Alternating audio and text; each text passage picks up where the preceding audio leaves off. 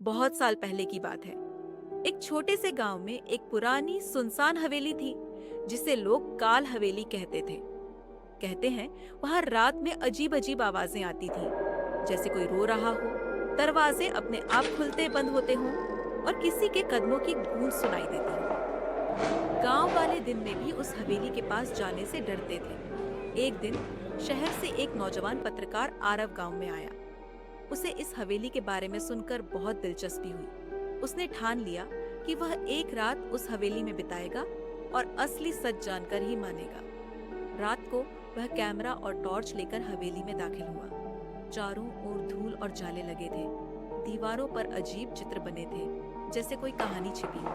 अचानक उसे सीढ़ियों पर किसी के कदमों की आवाज आई। कौन है? आरव ने पूछा, लेकिन कोई जवाब नहीं आया। वह ऊपर पहुंचा तो एक कमरा बंद मिला। जैसे ही उसने दरवाजा खोला, ठंडी हवा का झोंका आया और उसकी टॉर्च बंद हो गई। कमरे में अंधेरा था, लेकिन उसे किसी के सिसकने की आवाज आई। उसने कैमरा चालू किया। तभी अचानक एक सफेद साया उसके सामने से गुजरा और गायब हो गया। अगली सुबह आरव बेसुध हालत में गांव के मंदिर के पास मिला। उसके हाथ में कैमरा था, लेकिन जब गांव वालों ने कैमरा देखा तो उसमें सिर्फ एक फोटो थी।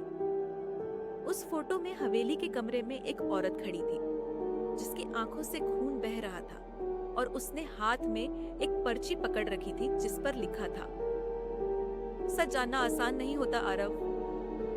उसके बाद से आज तक कोई भी उस हवेली में जाने की हिम्मत नहीं कर पाया। आगे की कहानी को जानने के लिए चैनल को सब्सक्राइब और लाइक करिए।